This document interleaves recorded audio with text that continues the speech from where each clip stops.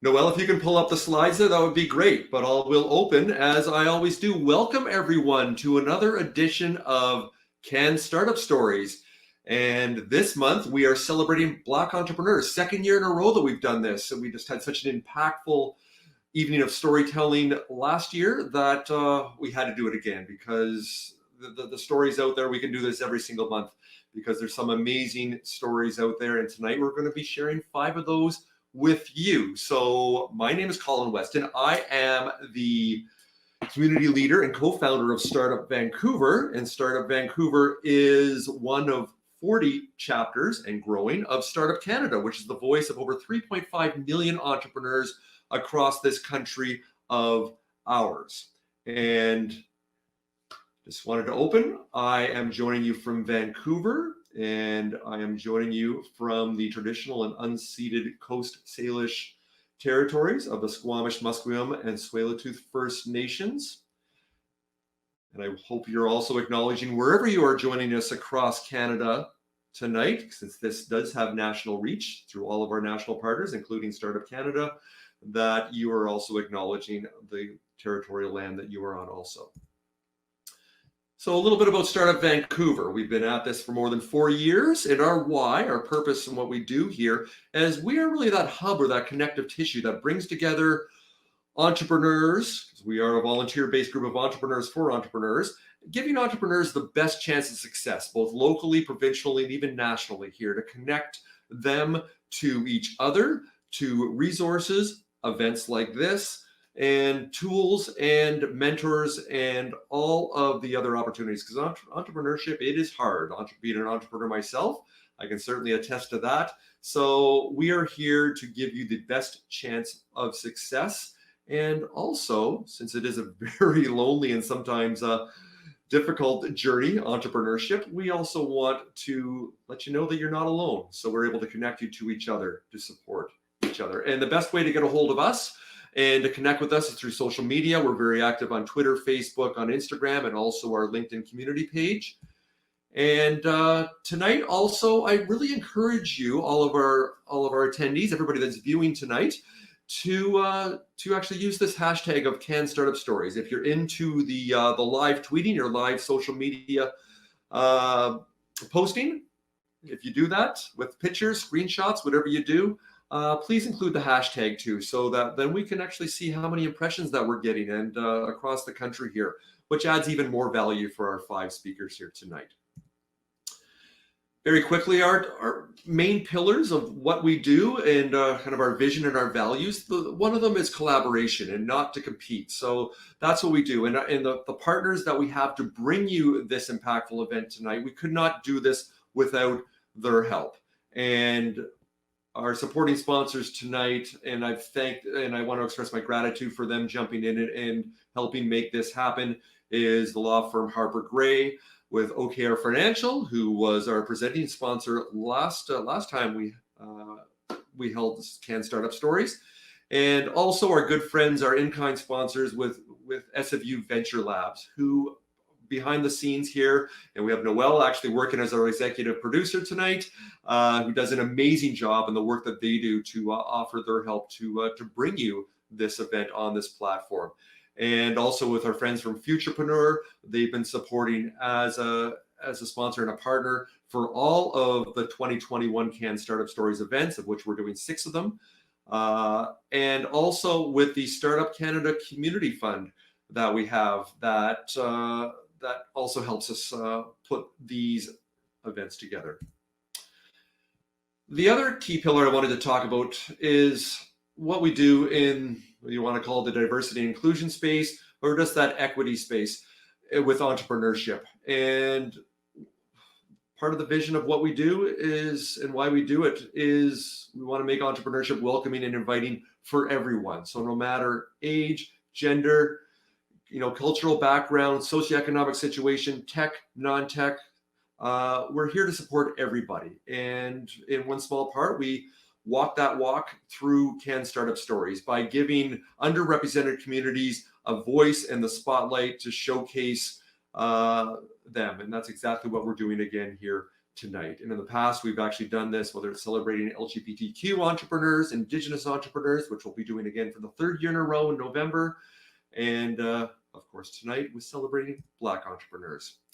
We will be recording this event tonight, so if you want to watch all of our speakers later on, or some of the other ones that we've done previously, we do have our Startup Vancouver YouTube channel, so I do encourage you to subscribe to that so you'll know when we are posting these talks afterwards. We do want to make this an interactive and engaging 2 hours of storytelling.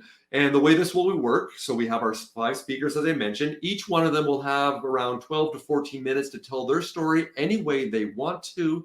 And then afterwards, Nerissa Watkins, our good friend, who's my co-host and our MC for this evening, she will be jumping in and moderating a Q&A. She has some questions, and we'll also be asking any questions that you have in the audience. So please use the Q&A, the chat function, if you do have any questions, and we will read your questions on your behalf to our presenter after they speak. The other thing I did want to mention here is part of our community support. I wanted to talk briefly about this. So Vancouver Mural Festival, it's the 6th year that this has been running, and they are taking it to the next level as far as their community engagement. So with the Black Strathcona Resurgence Project that they are working with in Hogan's Alley, and so they are doing this in collaboration as a multi-year project that's centering on Black storytelling through the visual impact on public murals. So it runs from August 4th to 22nd. If you're not in Vancouver, that's okay. Just like they had to do last year, it was a virtual event, or also curating that yourself using the VMF app. So I do have the URL there at the bottom. I will include that in chat also. So I do encourage you to participate in this. It is an amazing event, and they're doing some great things also to support our Black community in the arts here. Myself again, I'm Colin Weston. So if you want to connect with me, you can do that either through LinkedIn. There's my email address there. I'm also active on Twitter also. So I'd love to hear from you and like to hear what you think about the CAN Startup Stories. It is national, no longer just local, our CAN Startup Stories events, so that we can continue to improve and make them better and give you the type of events that you want to see. So with that, I'll let Nerissa take over here and introduce our first speaker tonight. So with that, our good friend Nerissa Watkins. Nerissa, it's so good to see you again. And Nerissa was one of our 5 speakers last year, so you can certainly empathize with the speakers tonight and have some insights of how to craft those questions. And Nerissa does great work in the community building space, in the tech space, as an educator at UBC, and also the great work she actually does with Nerissa Watkins Consulting.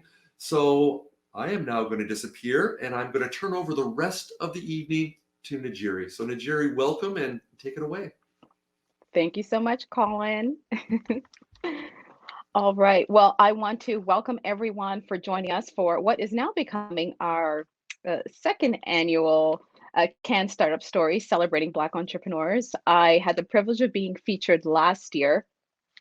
And what was interesting about it was actually the first time in my entire career that I had been asked to share my story as an entrepreneur from a Black perspective. And it was so rewarding. And it brought me back to who I was as a person and what were the traits that brought me into entrepreneurship. And I was able to share more about myself as a 7th generation Black Canadian hailing from Nova Scotia, and really delved deep into the ingenuity and agility that brought me to where I'm at today as a Black Canadian, and how that has been a trait throughout history and has now spawned into the work that I do today. Today, I'm an educator, an entrepreneur, a community builder, and community leader in various capacities in the digital technology space. And most importantly, what I love about entrepreneurship is the ability to connect with innovation and individuals who really want to make the world a better place and value impact in terms of the work that they're doing as much as they do income. And so I will get started. We have 5 amazing speakers today across the country, which is a real treat, hailing from Ontario, Nova Scotia, my hometown, and British Columbia. And we're going to hear their stories, So for those of you who may not have had an opportunity to engage with Black entrepreneurs, let this be an invitation for you to learn more about our community, learn more about our background and the beautiful brilliance that exists within our community. And I hope that this invites future collaborations and partnerships. So we encourage anyone who is, whether you are an entrepreneur or in a various stakeholder, please reach out to any of the speakers today or any of the partners or folks like myself who are involved. We are here to build. And like what we're all trying to do in this, this post-pandemic, or we're still in a pandemic, we want to build back better. And one of the things that we definitely want to make sure is that as Canadians, we get to optimize and leverage all of the amazing talent that exists in all the communities. And particularly, I have an invested stake of ensuring that the brilliance, creativity, that hails from the Black community is showcased in the larger community, and we can create those partnerships and develop our ecosystem and our global collective ecosystem as Black entrepreneurs as well. So we will start today. Our first up is Nerissa Allen. And Nerissa is a lady very similar to myself, and I'm so excited because I know what it's like being an entrepreneur and wearing many hats. She wears many hats on a cultural perspective as well as in her business. And I believe she'll tell us a little bit about her family business as well, and her commitment to the larger community and what she's doing right now to actually give a voice to Black entrepreneurs here in British Columbia. She's the co-founder and president of the Black Business Association of British Columbia. And this is where she's providing leadership, she's collaboration, networking, and mentorship opportunities for many of us in our community. And she's also looking to advance the next generation of Blacks in business to ensure representation. She's also the director of Chattel House Health and Beauty, which I look forward to hearing more about today, which is a registered massage therapy clinic and global brand known for distinguished skin and healthcare. Nerissa has garnered valuable experience in the business startup all the way to expansion. And we know that many businesses start, but to be able to be a sustainable business and grow and expand and scale up is a wonderful skill that we are so grateful that she's willing to share with us. She's a deep passion for living a life-work balance, and also she loves to travel.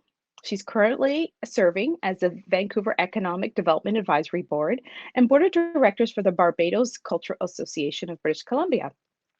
This also allows her to stay engaged in the community from a cultural standpoint, as well as allowing her to merge perspectives and drive change that is wholesome. I love that. So without further ado, I'd like to welcome Nerissa Allen. Thank you, Nerissa. Thank you, Najiri. That was a wonderful introduction. Thank you so much. And I just want to say thank you. Thank you also for having me here today. It's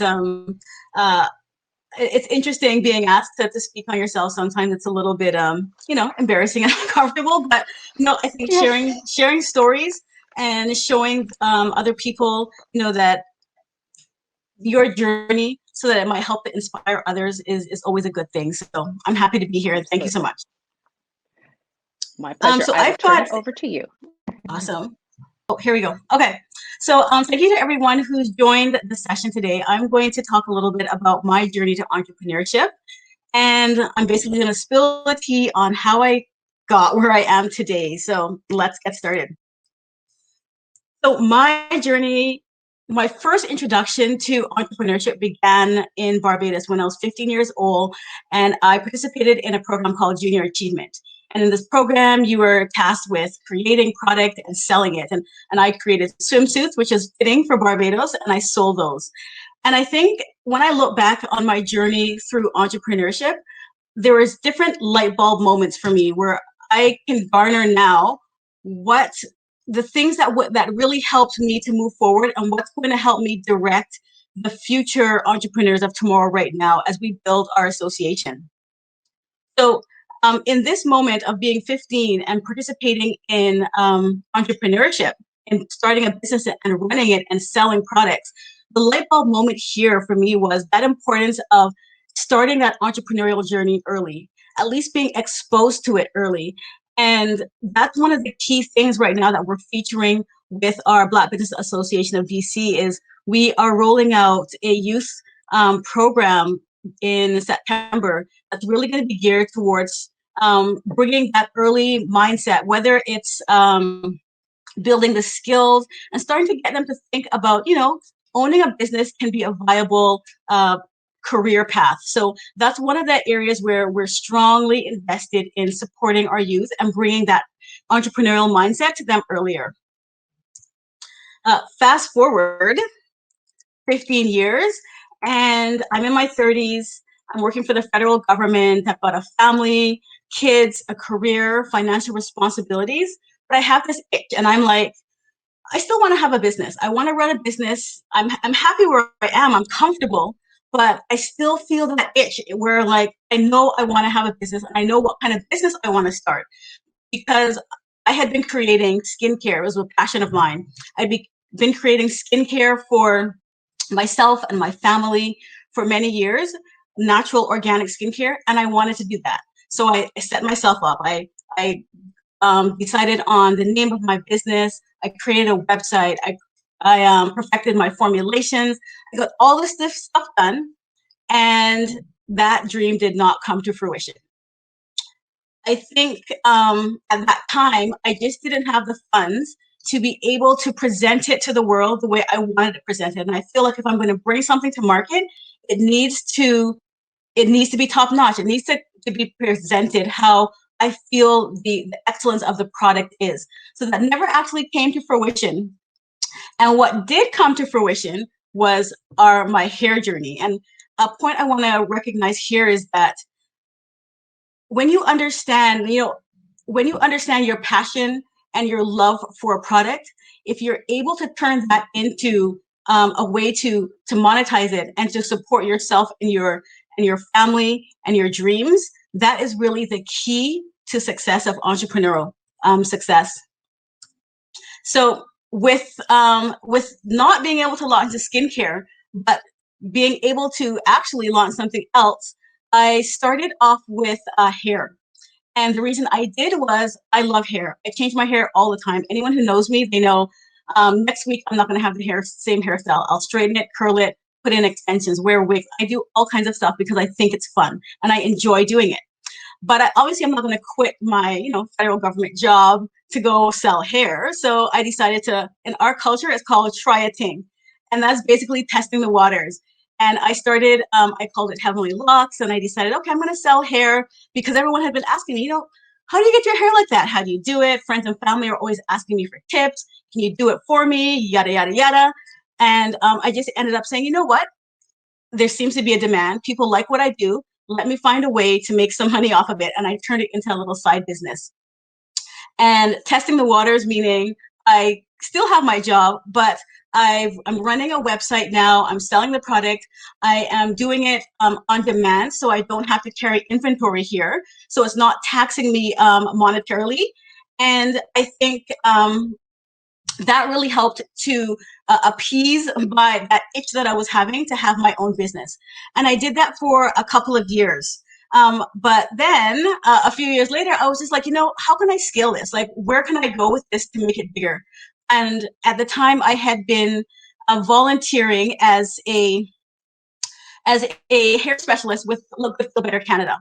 And that is an association that helps women who are undergoing cancer treatment deal with the effects of those treatments.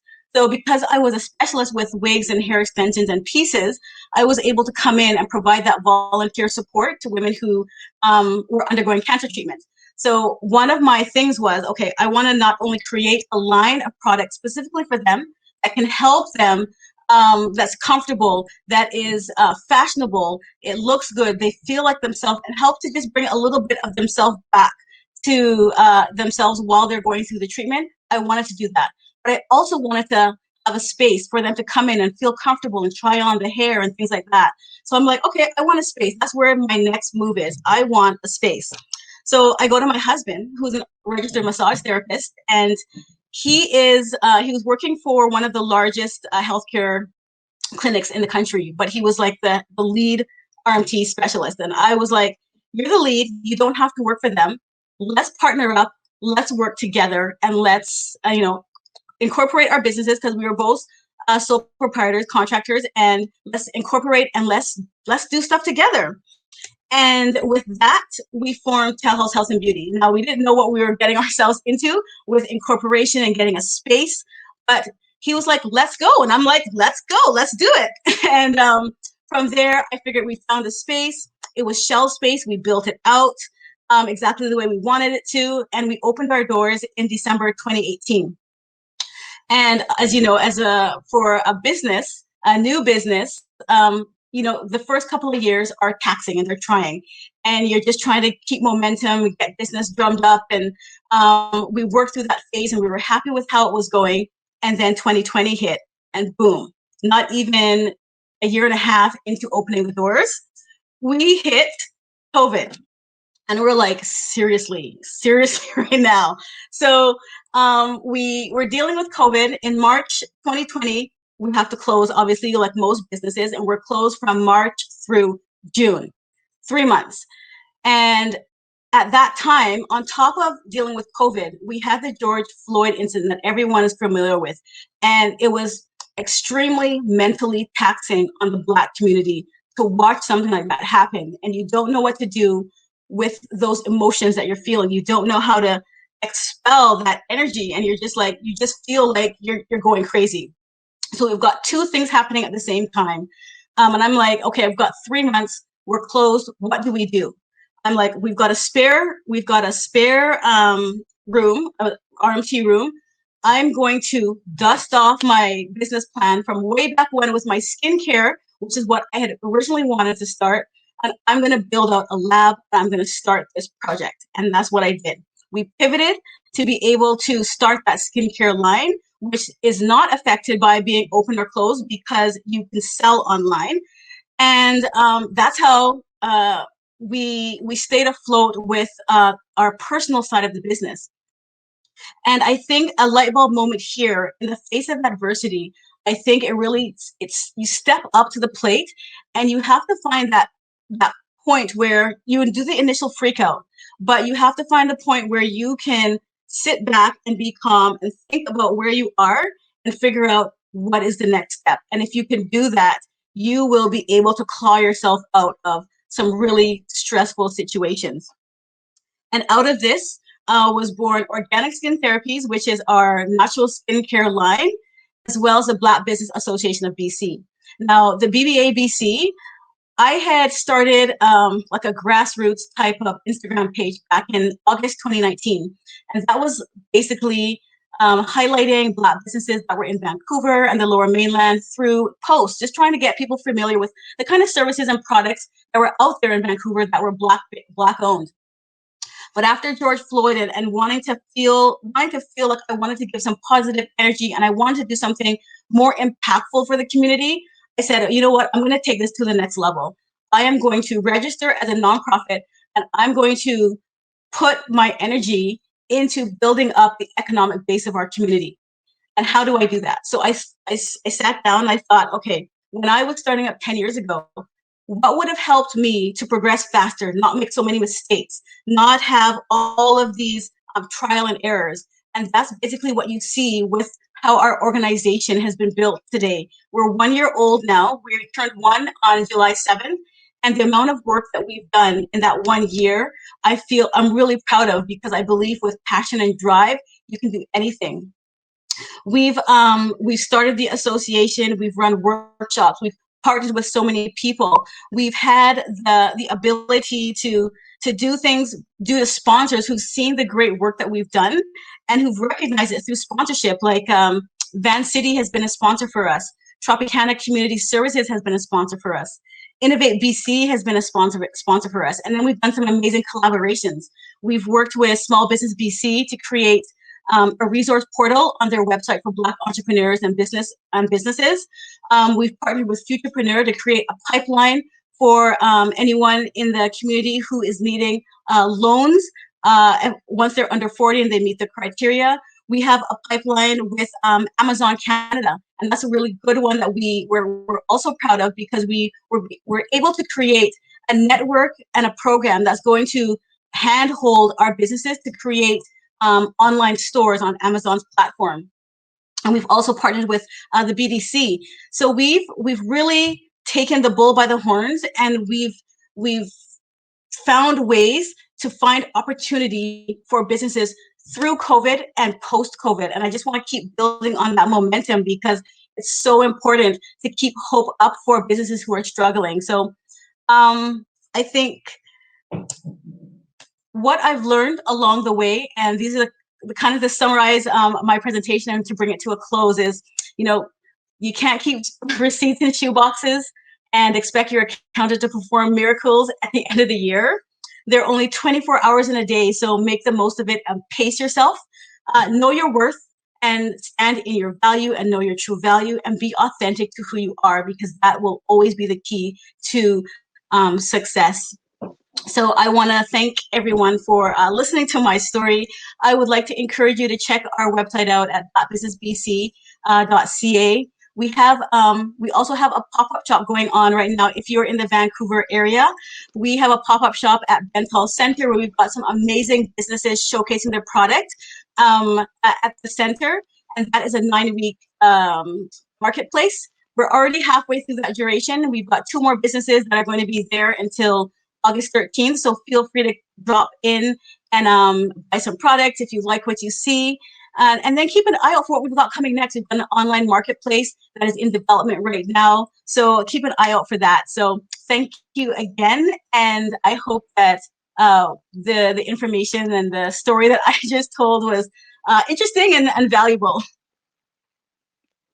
Oh my goodness, it sure was, Nerissa. I am just feeling my heart is full. I feel inspired, and you are what I refer to as an impact leader. And I love impact leaders, people who take action, and have the ability to, channel their energy into something positive, but not just for themselves, but for the greater community. So I want to say thank you and honor you for all the amazing work you're doing. And you remind me of what I think, if I were to say, what are the traits of, successful entrepreneur? What I heard you say was, you talked about areas where you were very resilient, where you were able to tap into what I call the internal AI, which is agility and ingenuity. And you were able to create effective partnerships, starting with your husband. People always say, I need to raise money, I need to get a loan, but sometimes we just have to start where we're at, right? Yeah. So that is, and for the average person or anyone starting out, your story is so relatable. Oftentimes we hear and see things written about people later on, but I love that you shared what you did in, can I just say, 1 year, because we just passed, we're still in July. So yeah, 1 year, this, like, can we not say, like, hats off? So anybody who is thinking, it's too hard, I mean, I don't have anything else to say, but you did it. Thank so you. I want to very thank much. you and honor you, and not only on behalf of myself, but just on behalf of the larger community, because of all the partnerships that you had the courage to take. So many lives will be impacted, and people will just be able to have, to walk with a little bit of, pep in their step, knowing that they've seen someone come before and do it. Which brings me to my question for you. Tell me how you were able to sustain that entrepreneurial energy, going from, getting that bug, and some of us get it early, some of us get it late, or some of us always have it and never tap into it. At 15, trying your first initiative, and then as you would say, try it, take a thing. What was it? Tell me what the saying that you said. Try a thing. Yes. Yes. That's all. And that's what a lot of us do, right? We're sole proprietors, and we sometimes we get the urge a little bit later, but by then you've got so much going on in your life. Yes. You can't just dive for it. You kind of have to bootstrap it and piece it along the way, right? So yes. Oh, I know. I'm one who's always course correcting, always building as I go. But tell me what you did to sustain that energy in you, to keep that fire going, even though you had responsibilities, you had full-time job, family. What was it that allowed you to keep that in the back burner and not give up on that dream, and know that you at one point and someday, and have that resilience and patience? I think you get busy. And I think that even though you're busy and you're overwhelmed with things, I think knowing that you have it in you to be able to do it, and that time is infinite. So you've got the time. Keep healthy, do the course, and I believe that karma is going to come back to you. And I felt like, I love my family. I love the life I had built, and this was just a piece of it. So there was no regret, or there was no, feeling like, oh, I wish I had of. There was none of that. It was just, I know I want to do this someday, and I'm going to get there. And that just kept me going. Yes. I heard a quote the other day, and it said, being able to giving from the place of overflow and not from a place of lack, right? And you turned a situation into a place of overflow. And it's just that shift of what really makes an entrepreneur. While others see a problem, some see a solution. So you were able to see a solution. So tell me about that kind of moment where you decided to turn what could have been a problem into a solution. I think I don't like to be in a place where I feel excessively stressed. I don't, and I don't like to feel helpless. And I feel like we have it in us to find the solution to whatever we're going through. We just need to be able to tune in and tap into, and think about and explore what that is, what it's going to look like. So, initially you panic and you freak out. You're like, we're closed. Oh my gosh, what's going to happen? Bills keep coming. But then you're like, okay, how do we work around this? Like, what's happening? We don't have money coming in. Therefore, we have to find money to come in. How do we do that? Not being able to open these doors. And then you start to think. And then the more you start to think, you get ideas. Sometimes they're like, okay ideas. Sometimes they're not the best ideas. But then you get a light bulb and you're like, you know what? This could work. And immediately when I remembered my skincare and how much I love that, I'm like, this is it. I'm going to make this work. And then you get excited and you turn that angst and you turn that scaredness that you feel in situations of turmoil. It turns into excitement because you see the possibilities. And when you see the possibilities, now the ball gets rolling and you start to see more possibilities. And you're like, okay, let's figure out a game plan. How do we do it? So I think you just have to switch. There's a switch in your mind at some point that goes, okay, we have to action it. We can't sit in and cry about it forever. We have to now act and take control of our life. And that's what pushed me forward. Wonderful. One of the things I've learned in my entrepreneurial journey is I didn't celebrate the small wins along the way. And if I could give anybody one piece of advice, sometimes we're so busy being busy and doing that, celebrating the small wins. So I would like to give you an opportunity to celebrate a win. It doesn't have to be a big win, and declare that, because 10 years from now, that may be the story that you want to talk about. So in your own words, let's celebrate you and share something that you accomplished in the last year that you just want to, we can honor, give you your flowers now. Oh my goodness, that's a small win. Yeah. I don't, you, Something that you I feel don't would know. be impactful. Something that might be impactful for others to hear, because years later we realize it's those smaller wins when people are starting out that they can relate to, right? That if they had heard that, they'd be like, I'm in that situation. So feel free to Yeah. share anything that you can honor you and give something for others. I think I don't know if it's small, but I feel like a win for me was being able to get back in touch with, sharing time with my family. So COVID required everyone to be Mm, home. And even though you're home yes. and you're trying to keep your businesses going, there's a thin line being able to have that work-life balance. And sometimes you get overwhelmed with like pushing hard to keep your business going. But I feel like in this last year, Hmm. I've been able to, even though I work hard to keep all of these things rolling and going, I feel like I've been able to sit back and spend more time with my kids. And that fills my heart. I just, something I tear up when I think about it, Yes. because it's so important to me. And I feel like I feel like I wasn't able to do that as much before because I was just always grinding. And this really, I'm tearing up now, but Yes. that Yes. warms my heart. And that is a win for me. Well, I believe Sorry. that to be true because, like I said, no, I'm glad because I feel you're giving from the overflow. So I know there's something in you, and being in that space of love and in community with your family, Yeah. we are now on the receiving end of what all that has birthed. So I want to thank you so much. Amazing story, and I Thank can't wait you. to connect with you. Absolutely. I can't wait. And Such I a can't wait pleasure. to hear the other stories of the amazing entrepreneurs that are here today. So thank you again for having me. Yes, yes, thank you. Thanks, Okay, Colin. bye. Um, Bye. that was so good.